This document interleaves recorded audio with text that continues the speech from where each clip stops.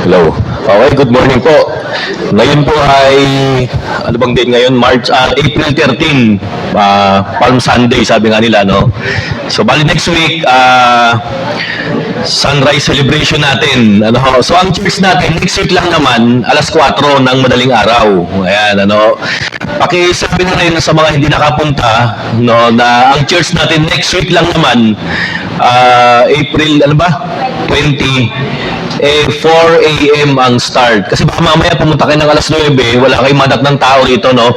May makita kayo dyan, nakaputi, sabihin nila, sino hinahanap nyo? Si Lord. Wala na, nag-resurrect na siya. Ganun yung sabihin ng angel, So, ayan, announcement, 4 a.m. next Sunday. Ayan, sabihin mo sa katabi mo, kita-kita tayo sa madaling araw next Sunday, So, ito po yung title nating mensahe. Ito rin yung message ko kahapon sa FEBC Intercessor, Makita ko mahalaga So, kailangan i-share ko rin sa inyo, The prayer of a sorrowful man. Ayan, Pag ang isang tao, maging tayo, kayo, punong-puno ka ng kalungkutan, pagdadalamhati, kapighatian, usually, ginagawa po ninyo?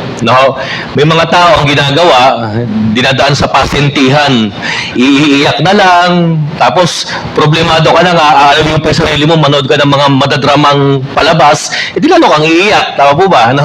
Yung iba naman, ang katapat lang yan, red horse lang to, ayan, MP lights lang para di ganong mataas tama, ayan, minsan dinadaan sa ganun, ang problema, kaya lang ang problema, natanggal ba problema mo? Hindi.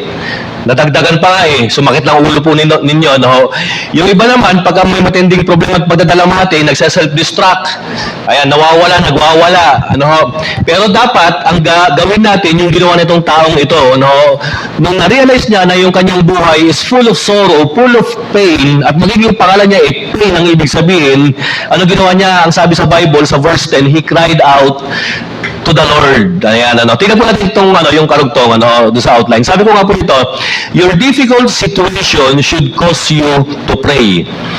Pag mahirap ang pinagdadaanan mo, dapat nagpe-pray ka. Pag mabigat, matindi ang laban, dapat idinadaan mo sa panalangin. Bago tayo humarap sa problema, harapin mo muna si Lord sa panalangin. And I guarantee you, the Lord will be with you sa laban mong ito. Sasamahan ka niya. Kasi pinag-pray mo nag-pray ka. Basahin natin yung kwento. So, tingnan natin yung verse. 1 Chronicles 4:9-10. So, ito ang pangalan niya. Ang ganda ng pangalan. Jabez. Ayan. Siguro, minsan iniisip natin, saan kaya galing itong pangalan Jabez? Maganda yung pangalan sa anak ko to Siguro parang ang tatay nito Jane, tsaka si Baste ang pangalan, kaya Jabez ang pangalan Jabez. So, ayan. Si Jabez, sabi ng ganyan sa Bible, he was more honorable than his brothers. Pero pag sinabing honorable, karespe-respeto. Pag sinabing honorable, doing what is right, doing consistently what is right. May mga tao kasi, hindi na makagawa ng mabuti, pagka hindi mabuti ang pakiramdam o hindi mabuti ang mood, nakagawa na ng masama. Pero si Jabez, he is consistently doing what is right, kahit na hindi niya feel, kahit na mahirap, kahit na branded siya, ginagawa niya yung tama kasi yun ibig sabihin ng honorable. Ngayon ito, sabi, honorable siya sa Tagalog, karangal-rangal, full of respect, ginagawa niya yung tama. Ito sabi, yung nanay daw niya, his mother had named him Jabez. Ano ibig sabihin ng Jabez? Saying, I gave birth to him in pain. Grabe, ang pangit pala ng ibig sabihin ng pangalang Jabez. Maganda lang yung tunog, pero ang pangalan, ang kahulugan, pangit. Parang yung pangalang Judas. Maganda yung pangalang Judas. Maganda rin yung ibig sabihin. Pero, yung reputation ng pangalang Judas, pumangit, it is simply because the Apostle Judas betrayed the Lord. Tama po, May mga pangalan naman, Lucifer, ang gandang pangalan po yan, mga kapatid, ibig sabihin, morning star, pero attributed kay Satan. Maganda, si Jabez, ang ganda rin pakinggan ng pangalan, pero ang pangit ng definition ng pangalan niya Ang pangit ng kahulugan Meron mga pangalan, ang pangit pakinggan, pero ang ganda ng definition. Kagaya ng Procopio, nakita ko yung pangalan Tignan ko, Procopio, sabihin pala ng Procopio, prosperity, tsaka progress. Ang ganda pa na ibig sabihin nito eh. Tapos minsan yung mga tao may ganun pangalan, pinagtatawa din, tinutukso eh. O, sa babae naman, Bruhilda. Minsan tinignan, ang pangalan nito, no? Tinignan ko ibig sabihin ng Bruhilda sa dictionary, sa Google. Germanic din pala yun. Guru mo, ganda pala na, Bruhilda ang ibig sabihin niya, no? Pero kasi pagdating sa Pilipino, parang bruhang ibig sabihin eh, no? Bruhilda, no? Parang parang maton ang ibig sabihin, babaeng maton ang ibig sabihin eh. Ang ibig sabihin pala niyan, shield and armor. O, guru mo, ang ganda pala na ibig sabihin eh, no? So may mga pangalan na hindi magandang pakinggan, pero ang ganda ng ibig sabihin. May mga pangalan na ang sarap sa tenga, pero ang pangit ng definition. Kagaya nito, ang sarap pakinggan, Jabez, pero ang pangit ng ibig sabihin eh. Doon mo, ito nakakaawa kay Jabez. Bata pa lang siya, nilabel na siya. Bata pa lang siya, tina-turn down na siya ng kanya mismong sariling nanay. Doon mo, imagine nyo yung nanay niya kapapanganak pa lang. Sabi nung kumadrona, Madam, ano pong ipapangalan natin sa anak mo? Pangit, ilagay mo sa pangalan niya. Pangit. Ayan. Biro mo, branded mo agad. Pain, ha? Sama ng loob. Kung meron man pala ditong talagang tao na ipinaglihi at ipinanganak sa sama ng loob, ang ibig sabihin wala, Jabez ang ibig sabihin. Ano? Kasi pangalan niya, pain, sorrow po ang ibig sabihin. No? So, yan, ano? Ito maganda kay Jabez. Pansinin po ninyo ito, no? Kahit ang pangit ng kapanganakan niya, ang pangit ng pangalan niya, ang pangit ng pagkakalibing sa kanya, hindi niya ipinamuhay yung pangalan na nais itadhana sa kanya nung kanyang nanay. Bagkus, he lived an honorable life in the sight of God. Tama po ba? Parang yung kwento ng isang kambing na matanda na, nalaglag daw din sa well. Ang problema yung well, wala ng tubig. So, hindi makuha nung may-ari yung kambing na matanda na. So, sabi nung may-ari, tabunan na lang natin itong balon para yung kambing na doon, mamatay na total. Matanda na rin ito eh. So, ang ginawa ng mga tao, tinabunan yung balon. So, yung kambing napansin niya, grabe naman itong amo ko, ang tagal ko nagsilbi rito, tapos tatabunan ako, lilibing ako ng buhay. So, ang ginawa ng kambing, habang tinatabunan siya ng lupa, pumapalag-palag, winawag-wag lang yung alikabok, yung lupa, ginagawa niyang tungtungan. Hanggang sa tinatabunan siya, pinapagpag lang niya, ginagawa niyang tungtungan. Hanggang siya nakaakyat siya doon sa pinakabibig ng balon at nakatakas. No? Alam niyo, minsan si Jabez ganyan eh.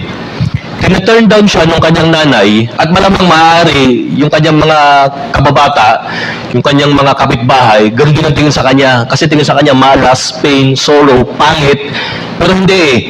He kept on improving himself to the point that he lived an honorable life for the Lord.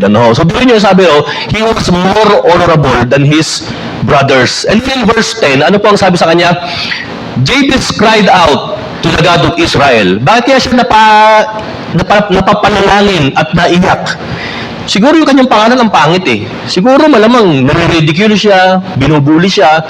Siguro malamang yung kanyang bansag ang pangit, parang ang tingin sa kanya, jinx, malas, taong may sumpa, huwag kayong didikit dyan. Pero hindi. Ano sabi?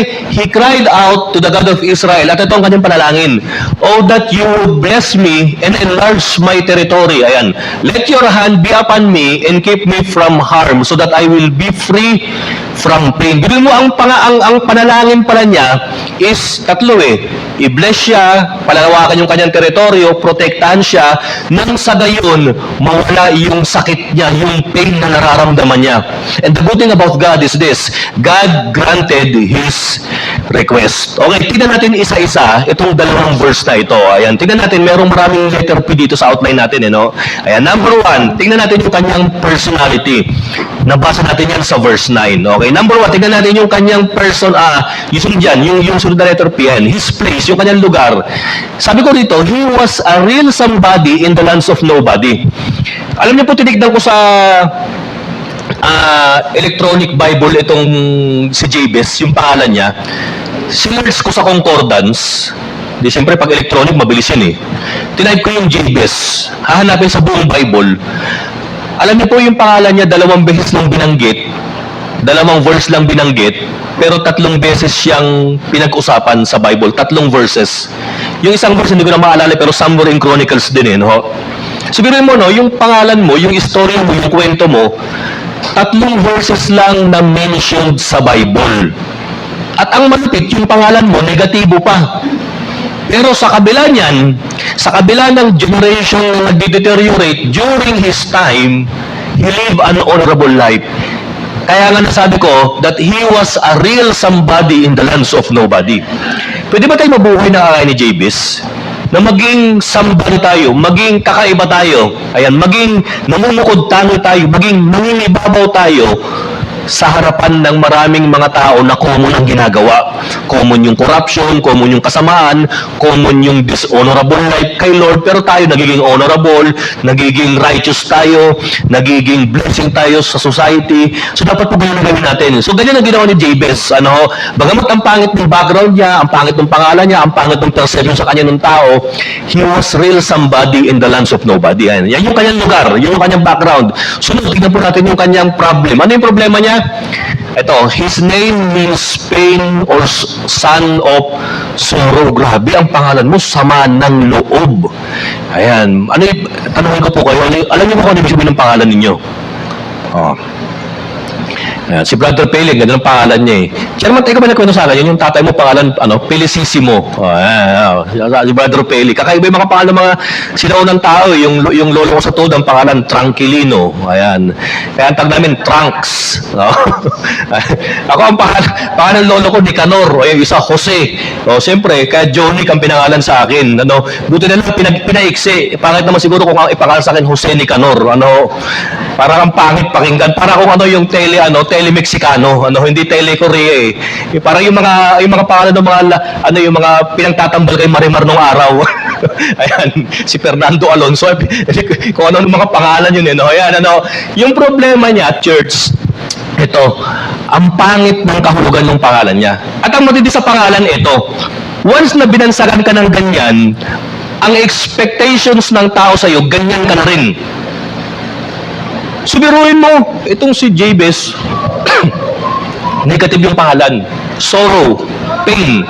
Dalawa na lang ang pwedeng mangyari sa kanya.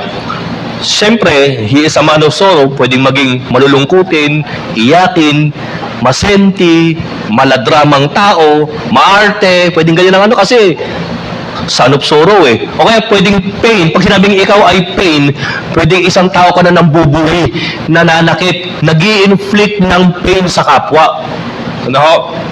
So yun yung kanyang problema.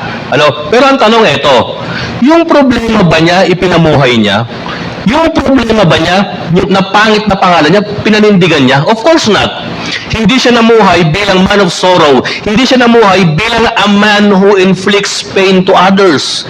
At bagkus ang sabi, he is more honorable than his brothers. So yan yung kanyang problema. Nakita natin yung problema niya, ito problema niya. Pero, tinalo niya yung kanyang problema. Okay, next. Ayan, aside from his problem. Tandaan natin, his name and birth had labeled him negatively, which affected his life. Di ba kung minsan tayo, pag meron tayong nagawang pagkakamali, yan na lang yung nakita ng tao sa'yo eh. At kung minsan, yung pagkakamaling ginawa mo, yan na yung ipapangalan sa'yo.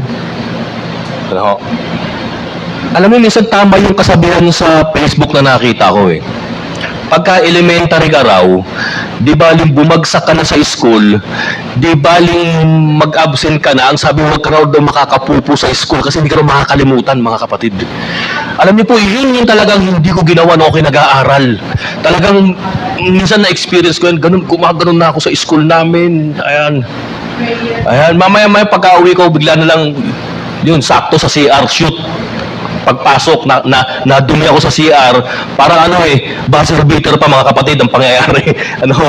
Yun yung po yung kasabihan, Totoo yan. Pagka yung mga bata nagkikwentuhan kami sa mga cell groups, totoo yan. Yan yung sinasabi nila na hindi ka makakalimutan ng kaklase mo pagka ganyan na nangyayari sa'yo.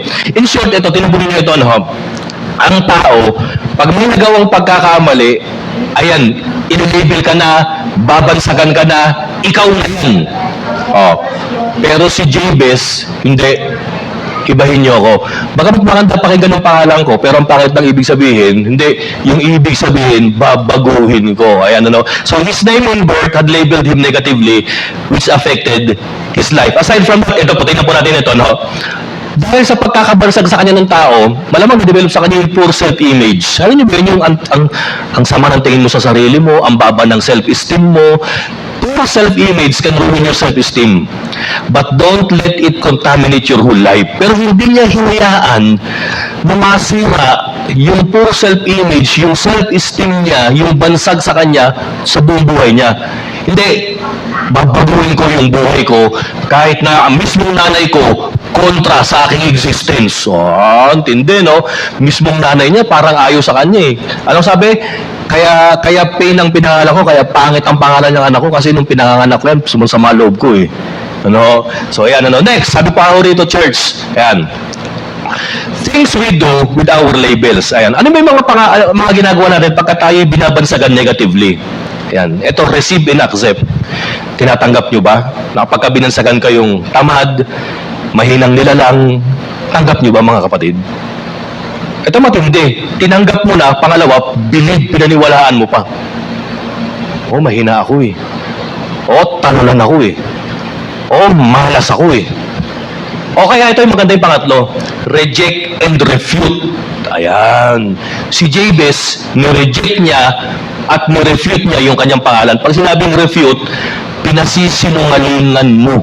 Ayan. Binabaliktad mo. Ayan, hindi mo pinangangatawanan, hindi mo claim, hindi mo tinatanggap na eto ka, you are something. Sabi ni Jabez, hindi ako malas, hindi ako man of sorrow, hindi ako man who inflicts pain, I am a child of God. Ayan, ano. Next, ito pa. Although Jabez grew up in a disadvantageous position, ayan, he didn't let it disqualify him from God's blessing. Alam niyo, bagamat disadvantage, biro mo kasi pinanganak ka. Biro mo, minus pogi points agad, yung pangit ng pangalan mo eh. Pinanganak ka, maging nanay mo parang masama pa loob sa pagkakasilang mo.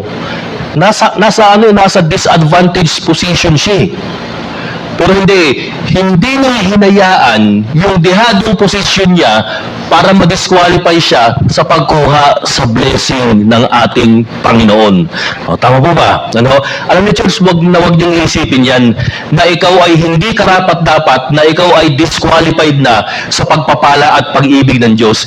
Isipin mo palagi, hindi, kahit dinisqualify ako ng tao, kahit na tinurn down ako ng tao, kahit na pinut down sa ako ng tao, pero si Lord hindi ko i-disqualify. Si Lord hindi ako ilalaglag. Si Lord, ililista pa rin yung pangalan ko, kahit na pangit ang nangyayari sa akin. Ayan, ano, lumaki siyang disadvantage, dehado, walang laban, pati mismong nanay niya kontra sa kanya, pero hindi niya hinayaan na ma-disqualify siya sa pagpapala ng ating Panginoon. So yan yung kanyang personality, yan yung kanyang yung kanyang position. Next, ito pa yung pangatlong letter P. Tandaan natin, church. The wounds inflicted on you might not be your fault. Ayan. But your healing is your sole responsibility. Yung pagkakapangalan sa kanya ng kanyang nanay, actually pwedeng lumaki si Jabez na masama ang loob sa nanay niya eh. Nay, ang dami-daming pangalan, yan pang ipapangalan mo. Pwede namang Jaja na lang o kaya Bes-Bes na lang, ginawa pang Jabez. No? Hindi mo ibig sabihin, sorrow, pain. Ano nyo, pwede niyang ano yun damdamin, bang daladala yung kanyang sama ng loob. Oo, hindi mo kasalanan na ang taong sinaktan ka eh. Pero kapatid, yung healing mo, responsibility mo yan eh. No? Pero sa samang loob na nararamdaman niya, sa sakit na naramdaman na experience niya, para kay Jabez, it is his responsibility to heal. No? Gamutin yung kanyang sugat. Tayo ba kapatid, pag nasasaktan ba tayo o sinasaktan ba tayo, ano ginagawa mo sa sugat? Ang problema sa atin, kung minsan yung sugat na ginawa ng ibang tao sa atin, inaalagaan pa natin eh. Di ba't kung minsan pagka ikaw ay nasugatan, ano gagawin mo? Bibili ka ng Band-Aid, lalagyan mo ng alcohol, lalagyan mo ng agua de oxinada tuloy o betadine, gagamitin mo eh. Pero nakakalungkot, pag emotional pain, yung in-inflict ng tao sa atin, hindi natin lalagyan ng spiritual agua oxinada. Hindi natin lalagyan ng spiritual betadine. Hindi natin hinahayaan na takpan o gamutin mo, Lord, yung ating mga sugat. Ang ginagawa pa rin, inaalagaan natin yung sugat natin eh. Lord, aalagaan ko tong sugat ko eh. Ang problema doon sa sugat mo, kinakantahan mo pa eh. Iingatan ka, aalagaan ka. Patay tayo dyan, kapatid. Kaya ang nangyayari, pagka sumama na ng lobo, gaganti ka na. Mananakit ka na. Ayan, pain ka na. Magkukos ka ng sorrow and pain. Ano? Pero hindi eh. Dapat pag tayo sinaktan, hindi, it is our responsibility na i-heal natin yung mga sugat na in-inflict sa atin. Huwag mo nang hayaan yung tao na nanakit sa'yo na siya mismo gagamot sa'yo. Kasi hindi, baka mamaya hindi ka gamutin lalo niyan, baka saktan ka lalo niyan. Tama po ba? Ano? So once sinaktan ka, ang trabaho natin, hindi, mag-self-healing ako. Magpapatawad ako. Ano, mag-a-ask ako kay Lord na pagalingin, gamutin ang aking emotional and spiritual pain na naramdaman sa mga abusive people na nasa paligid ko. Ganun si Jabez, kapatid eh. No? So, biruin mo, nanay niya mismo ang unang-unang nanakit sa kanya. Sunod siguro yung kanyang mga kababata, talagang ang pangit ng tingin sa kanya. Hindi, pero it is his responsibility na mamuhay ng righteousness and honorable sa harapan ng ating Panginoon. Okay, sunod na letter P na makita natin, yung kanyang performance, yung kanyang position, yung kanyang place, yung kanyang performance. Ito sabi, he was honorable than his brothers. Church, tandaan po natin, pwede ba na ang isang tao na muhay na may dehadong kalalagayan, maging yamado balang araw? Pwede, nangyari kay Jabez eh. Noong una, dehado. Sunod, yamado. Oh, galing ah. Noong una, underdog. Sunod, naging winner. Ganun ang ginawa ni Jabez. Ang sabi, he was honorable than his brothers. Pag sinabing honorable, marangal. Nakakalungkot mga kapatid, ang daming tao ngayon, ngayong dating May, tatakbong sa mga posisyon. And nakakalungkot, they wanted to be called honorable. Pero sa totoo lang, they are dishonorable. Ayan, karamihan sa kanila. Actually, hindi na sila dishonorable, honorable mga kapatid. Ayan, sino dito yung gusto nung ganon? Ang nais ng Panginoon sa atin, honorable, hindi horrible. Ayan, mamuhay tayo with honor. Hindi mo tayo nakakuha ng honor sa school o karangalan, o marangal. Pero yung pinakita mo yung righteousness, yung kabutihan ng Diyos, pinakita mo yung decency, namuhay ka according to the rules, to the law, hindi ka nagbabiolate ng ano-ano, hindi ka nananakit ng kapwa mo, tumutulong ka, ang tawag sa buhay na pinamumuhay mo, honorable. Ayan. Pero kung ikaw ay nananakit sa kapwa, nanlalamang, nanloloko, ayan, nambubudol ka, ang tawag sa iyo, horrible, mga kapatid. So ang ipinamuhay ni Jabez, honorable life. Ayan. Bagamat horrible yung pangalan niya, pero yung kanyang buhay, honorable. So in short, ano lesson dito? Wala pala sa pangalan yan. Ayan, wala pala sa pangalan yan. Wala pala sa perception ng kapwa ko yan sa akin. Kahit na pangit ang tingin sa akin, kahit na pinag-uusapan ako, kahit na ginagawa ako ng masamang kwento, hindi. I will continue to live a blameless, a full of integrity and an honorable life sa harapan ng aking kapwa at harapan ng aking Panginoon. So yung kanyang performance, honorable. Tama po mga kapatid. Next, tingnan po natin ito. Ano yung kanyang panalangin sa verse 10? Ayan, The prayer of Jabez includes crying out to the Lord. Biruin nyo, tingnan natin yung verse 10. Basahin natin. Ito may nakita ako rito eh. Tingnan natin yung verse 10 ah. Jabez cried out to the God of Israel. Bakit kaya siya napanalangin na may halong pag-iyak? Kasi man of sorrow ka eh. Kasi King ang pangalan mo eh. Di ba mapapaiyak ka sa panalangin kapag ganun ka? Kasi ang pangit ng tingin sa'yo ng tao eh. Di ba? Di ba mapapaiyak ka talaga sa panalangin kapag gano'n ang tingin sa'yo ng tao. Tapos maging nanay mo, ang pangit na ipinangalan sa'yo eh. May tanong po ako sa inyo. Kapag inaaway ba tayo, ano ginagawa natin? Kanino tayo umiiyak? Ang problema natin, sa social media tayo umiiyak eh. Inaaway naman ako nito. Shout out sa iyo ha, magaling na kapitbahay. Minsan popost pa ng ganun eh. O kung hindi sa social media, ito, dadalhin natin sa barangay level. O, ipapabarangay ko itong mga to. O, ayan. Kakasuhan ko kayo. Kung hindi, municipal level, Supreme Court level. Ang matinding iyak natin, nakarating na ng ICC, mga kapatid. Tama po ba? Ano? Hindi. Ang sabi dito sa Bible, Jabez cried out to God. He didn't cry out on social media. He didn't cry out on barangay. He didn't cry out on ICC or on Supreme Court. He cried out to God. Ang tendency natin mga tao, pag nasasaktan tayo, umiiyak tayo sa social media, naghahanap tayo ng sympathy at kakampi. Pero si Jabez, hindi. Umiyak siya secretly sa harapan ng ating Panginoon at doon niya sinabi yung kanyang sakit at nais na mangyari sa buhay niya. O, tama mo mga kapatid. Ano? Okay lang na umiyak ka.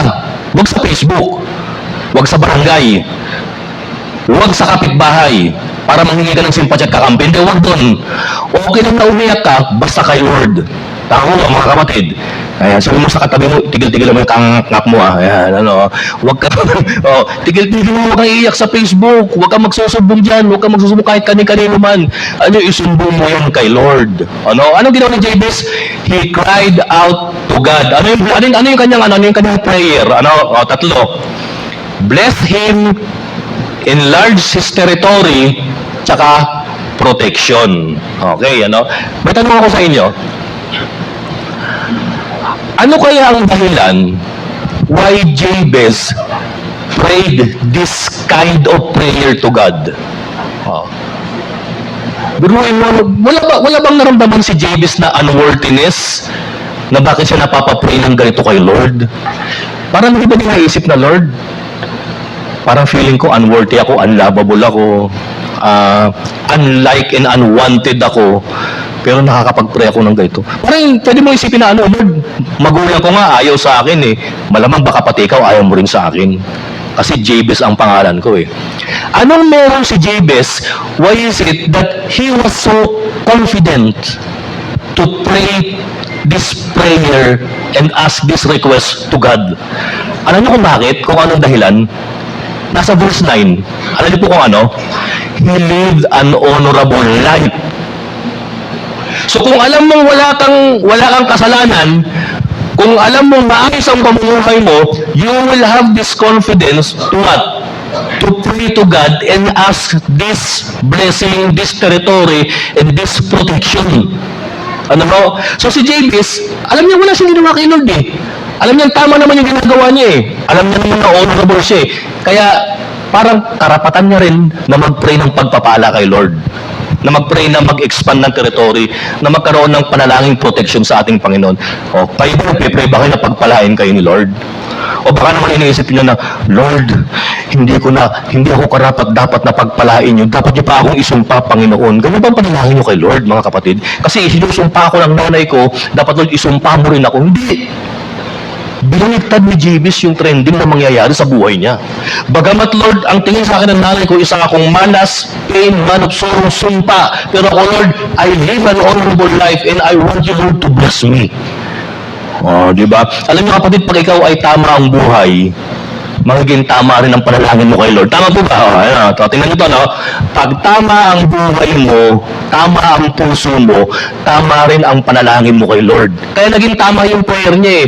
No, na humingi siya ng blessing kay Lord. Okay. Sino ba dito yung nagre-request ng blessing? Okay. Sino naman dito yung nagre-request ng territory? Ano ba sabihin ng territory? Pag sinabing territory, kapatid, yung bang magkaroon ko ng sariling lupa, sariling property.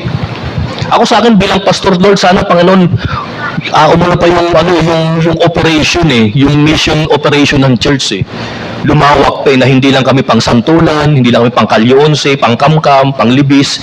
Na Lord, umabot kami Panginoon sa Arbor Town, umabot kami Panginoon sa sa mga malalaki, sa mga maraming mga kabahayan, Panginoon. Ayan, sa mga subdivision na iba pa. Eh na ibig sabihin ng pag nagpipray ka kay Lord na enlarge ang inyong territory. Ayan. Kayo mga kalalaki, ano ba pinagpipray nyo kay Lord? Na ma-enlarge. Ayan. Baka na-enlarge nyo po yung prostrate ko. Ay, hindi, wag yun. I-enlarge nyo po yung, yung territory ko. I-enlarge nyo po, Panginoon, yung operation namin. I-enlarge mo, Lord, yung cell group ko. Ayan. I-enlarge mo, Panginoon, yung naaabot ng gospel because of our mission in our church. So, di ba? Ang ganda niyan, ano? Kayo ba nag-pray ba kayo ng ganyan? Hindi, honestly, nag-pray ba kayo na magkaroon ng sariling lote? Ha? Nag-pray ba kayo? Magkaroon ng sariling bahay? Tama, di ba? Minsan kasi iniisip natin, ay ako basta pastor, di ko na iniisip yan. Masyado na kasi, parang masyado namang makamundo yung ganyan, magpe-pray ka ng sariling lupa at bahay.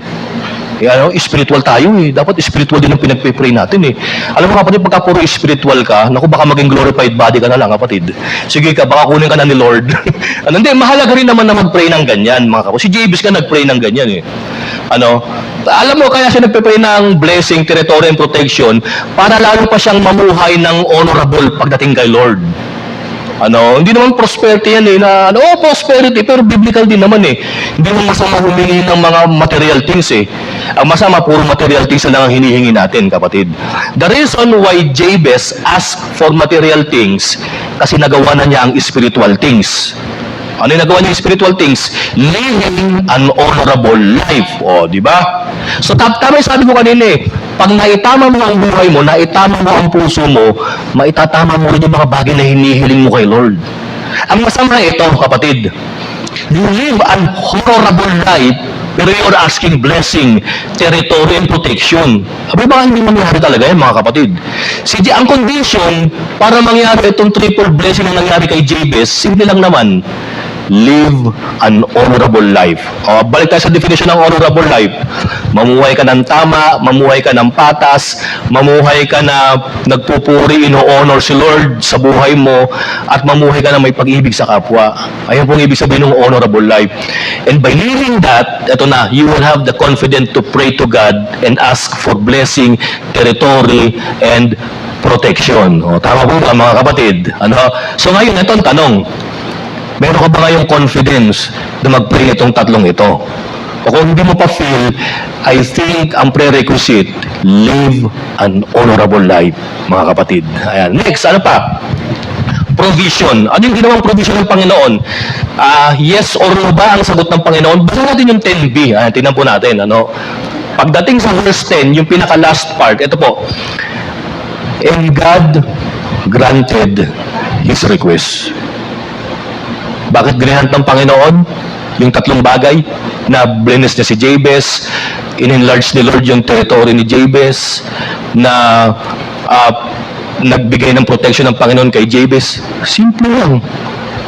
In-honor kasi muna ni Jabez si Lord. Kaya tayo babalik sa sinasabi ng Panginoon eh. Matthew 6:33.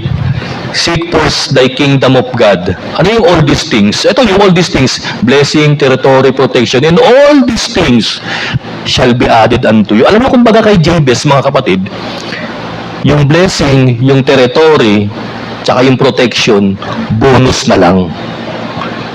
Pero talagang pinaka-after ni Jabez was that he will live an honorable life in the sight of men, and most especially in the sight of his God, mga kapatid. Dapat ganun din tayo eh. Ang number one talagang goal natin, hindi mamuhay ako ng honorable sa mundong ito. Pag nagawa ko ito, hihingi ako pa kay Lord ng blessing, ng territory, at ng protection, mga kapatid. So hindi masamang humingi kay Lord ng bahay at lupa. Tama po ba, mga kapatid? Ang nakakalungkot po, church, ang tawag sa mga kababaihan natin, ang tawag sa inyo ng mga asawa ninyo, ay ito nga yung aking may bahay. Ang problema, may bahay na walang bahay. Tama po ba? Yung mga kalalakihan naman, nangangamoy lupa, nasa kakatrabaho pero wala pang lupa, mga kapatid. Tama po ba? Nakakalungkot, So sana, kapatid, ang sekreto lang dyan, mamuhay tayo ng maayos sa ating Panginoon. Pinaka-conclusion natin, ang bottom line is this: God honors prayer that honors Him. Tama po ba? You cannot pray prayers like Jabez without honoring God. Kasi ako naniniwala, you won't have the confident to pray those things, mga kapatid, kung hindi ka namuhay ng honorable life. So ang buhay na ino-honor si God, yan din yung pinagpapala at ino-honor ng ating Panginoon. Okay, meron akong 4 na lesson na pwedeng makuha rito. Number 1, ito po. Ayan. Don't be complacent, satisfied, and accept everything that happens in life. Ayan. Si Jabez, pwede naman yung gawin to eh. Siguro para wala ng gulong, tanggapin ko na I am man of sorrow, I am man of pain. Ako ang tawag sa akin, pain. Di ba? Pwede naman yung tanggapin na ito eh. Pero hindi, nireject niya, nirefute niya. May tanong ako sa inyo, kayo ba kapatid, tanggap nyo na ba yung sitwasyon nyo ngayon? Parang iba sa inyo, parang tanggap ko na, pastor. Huwag mong tatanggapin. Oo. Kailangan, kapatid, yung kahirapan ng buhay, yung crisis sa buhay, hindi, umalis ka sa akin. Mamumuhay ako ng honorable life para mawala sa akin ang crisis sa buhay ko. Ayan.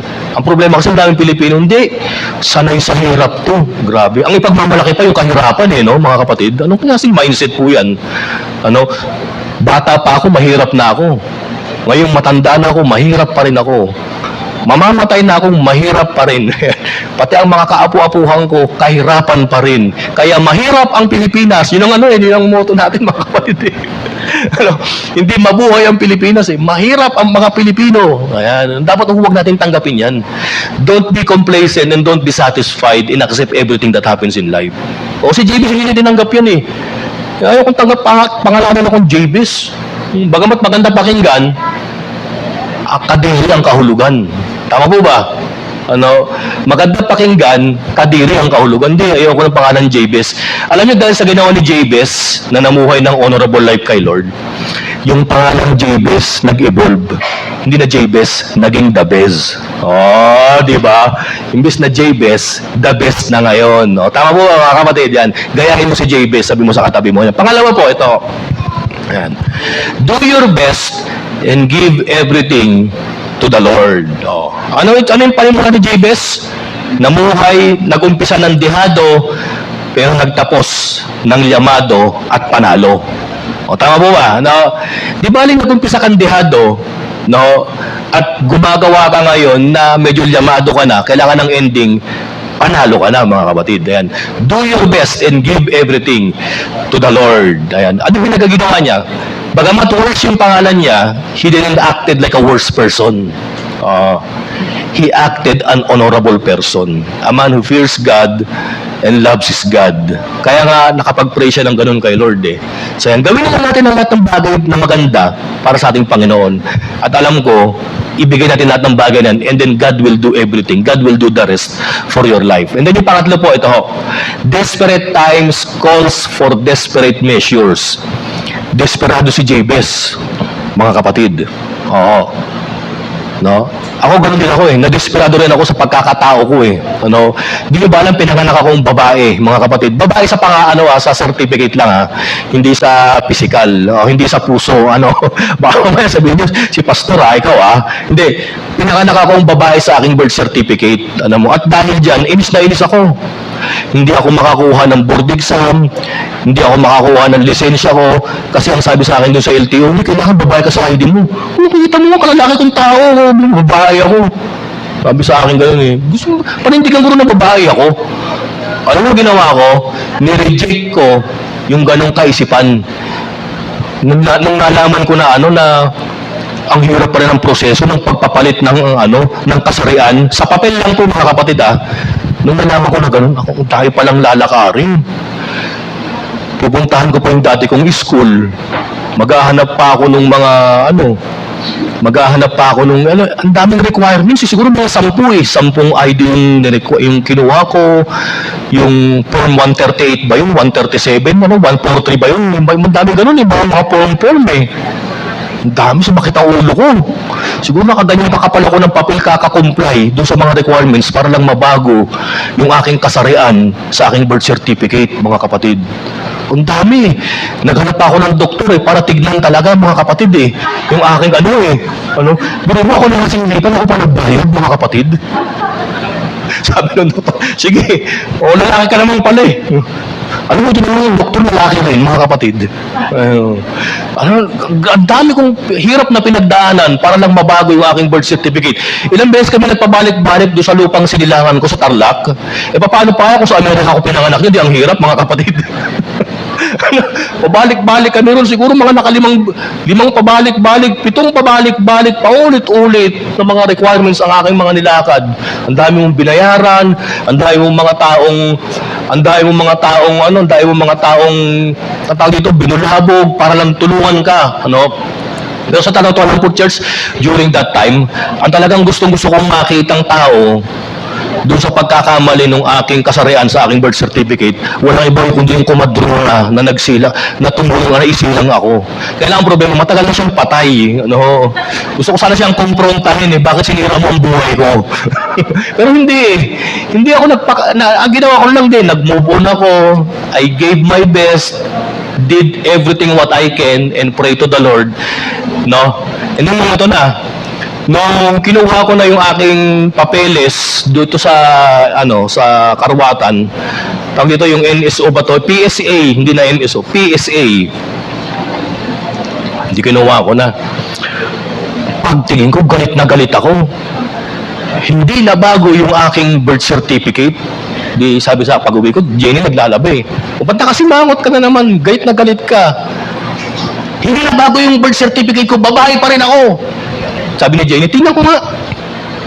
Hindi na bago na. Dito sa ilalim, meron na nakalagay, correction.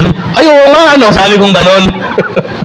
Magwawala na sana ako Ayan, Alam niyo, church, tandaan mo natin, desperate time calls for desperate measure. Ayan. Hindi ko talaga matanggap na babae ako sa papel, mga kapatid Si Jabez ganun din Hindi niya matanggap na he is man of sorrow, man of pain. Dapat ganun din tayo sa buhay natin. Huwag mong tanggapin na ganito ka lang. Huwag mong tanggapin na attender ka lang. Huwag mong tanggapin na ordinaryong tao ka lang. Hindi. Kailangan panindigan mo you are something. You are real somebody in the world of nobodies, mga kapatid. Dapat kakaiba tayo. Dapat mamuhay tayo na honorable. Kaya na yung pang-apat, ito po, don't be so locked in on what people has done that you cannot receive what God wants to do for you. Di ba? Ang ibang tao, nakapokus na lang sa sinabi ng mga tao. Pinaniniwalaan mo yung sabi na hanggang ganyan ka na lang, wala ka nang mararating, heto ka na lang. Hindi dapat i-repute mo yan Hindi ko pakikinggan yung mga labeling and branding nyo sa akin. Ang pakikinggan ko, yung fresh blessing na igagawad sa akin ni Lord. Ayan. Bakit? Kasi namuhay ako ng honorable life. Sino dito yung gusto mong mangyari? Yung nangyari kay Jabez. Ayan. Kung gusto niyo pong mangyari, isang yung naman papagawa ng Panginoon Be an honorable person. Be a man of honor. Ayan, Huwag yung horror, mga kapatid. Man of honor. Sige po, tayo po tumayo ngayon, Lastly, sabi ni C.S. Lewis, God allows us to experience the low points of life in order to teach us lessons that we could learn no other way. Ayan, ang ganda nung sabi niya, Bakit kaya nangyayari ito? Bakit kaya nangyayari kung minsan na tayo nadedihado, tayo na-turn down, napuput downs tayo, Siguro malamang tinitest tayo ng Panginoon Tinitest tayo ng Panginoon kung makukontento ba tayo o hindi. Tinitest ba tayo ng Panginoon kung iiyak ba tayo sa Kanya o hindi tayo tatawag? Tinitest ba tayo ng Panginoon kung bagamat horrible things na nangyari sa atin, mananatili pa rin tayong honorable? Ang maganda kay Jabez, bagamat katakot-takot yung pinangalan sa kanya, horrible yung bansag sa kanya, hindi, namuhay siyang honorable sa harap ng ating Panginoon. Kaya nga nakapag-pray siya na Lord, he cried out to God He cried out to the Lord, Lord, bless me, expand my territory, protect me. Ano? Alam niyo, ang magandang blessing kay Lord, yung nangyari kay Jabez, yung napapatingin yung tao sa kanya, kasi iba rin nangyayari. Ang laki na nilevel up ni Jabez, ah.